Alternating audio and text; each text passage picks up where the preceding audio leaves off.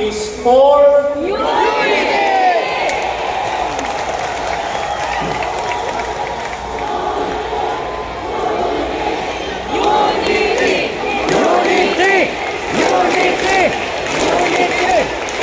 Kaya kailangan natin peace in the Philippines.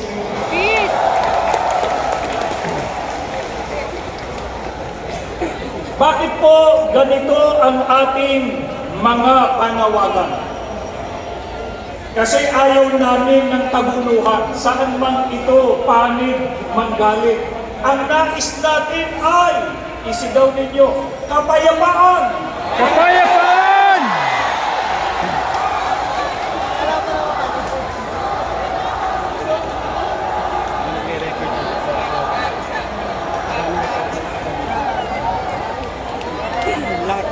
At kung may naging awayan, hindi po ba ang tama ay pagsikapang malunasan ito at magkasundo-sundo alang-alang sa bayan?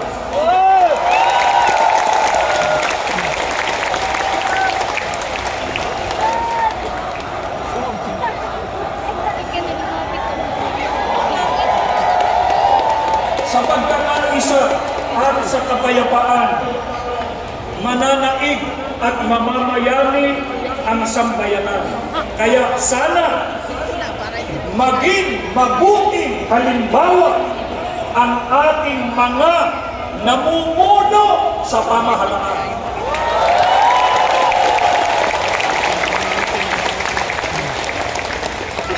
Sa ikapapayapa, ano po ang itinuturo ng Biblia na dapat gawin?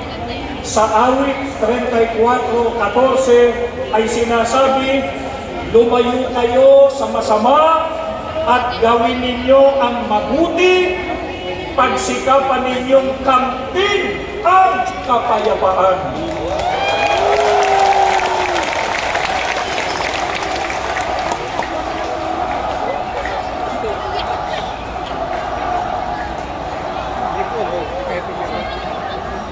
Ito po ang itinuturo ng ating Panginoon Diyos. Ito po ang dapat natin gawin para kamtan ang kapayapaan, lumayo sa masama, at gawin ang mabuti.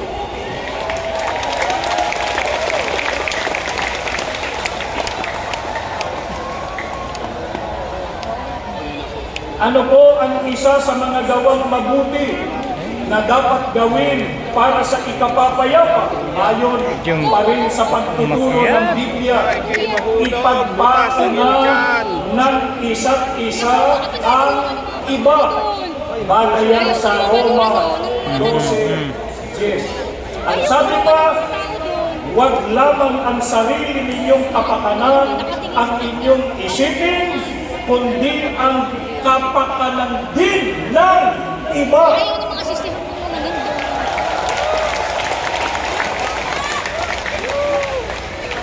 Yan ay nakabatay sa unang Korinto sa 10:24. Kaya para sa kapakanan ng kapwa-tao at mga mamamayan, dapat isang tabi ang mga pansariling kapakanan at mga personal na ambisyon.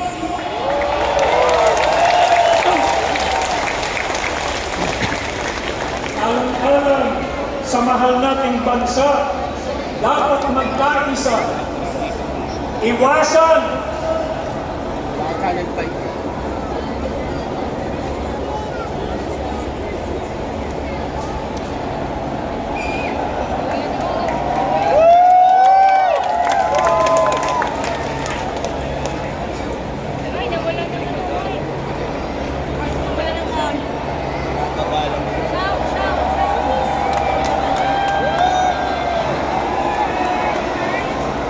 Ayan, may helicopter na umiikot dito alang-alang sa... po sa mahal nating bansa, dapat magkaisa at iwasan ang pagkakabahabahagi at kaguluhan. Bakit po? dapat iwasan ng mga leader ng bansa ang pagkakabahabahagi at kaguluhan. Kapag nagkakabahabahagi tayo, ay hindi po maisusulong ang kapayapaan.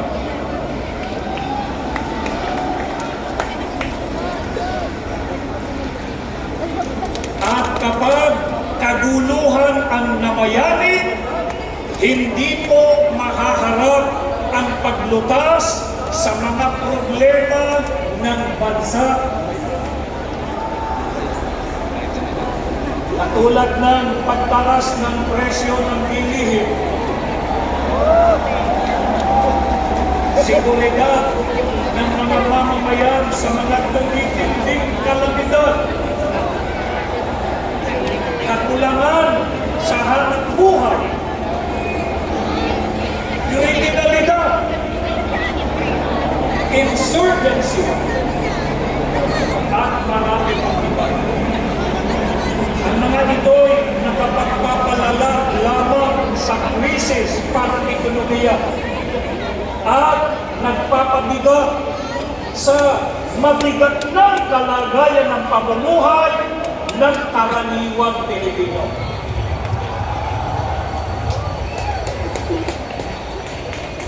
Ito po ang hinihiling natin sa mga namumuno sa pamahalaan na pagkaisahan din nilang pagpukulan ng matamang atensyon at pag-asikaso. Sa halip na banayan ang kapakanan ng Pilipinas, nawa ang pagpukulan nila ng pansin at panahon.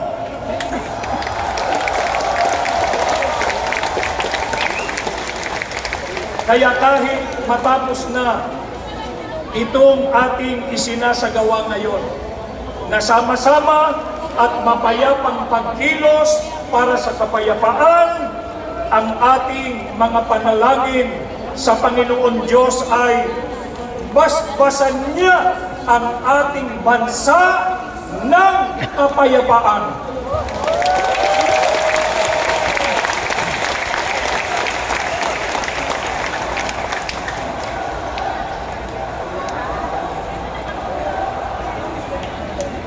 Tanglawan nawa niya ang kaisipan ng mga namiminuno sa ating bansa upang balikatin nila ang kanilang sinumpaang tungkulin na siyang dahilan kaya sila inihalal ng taong bayan.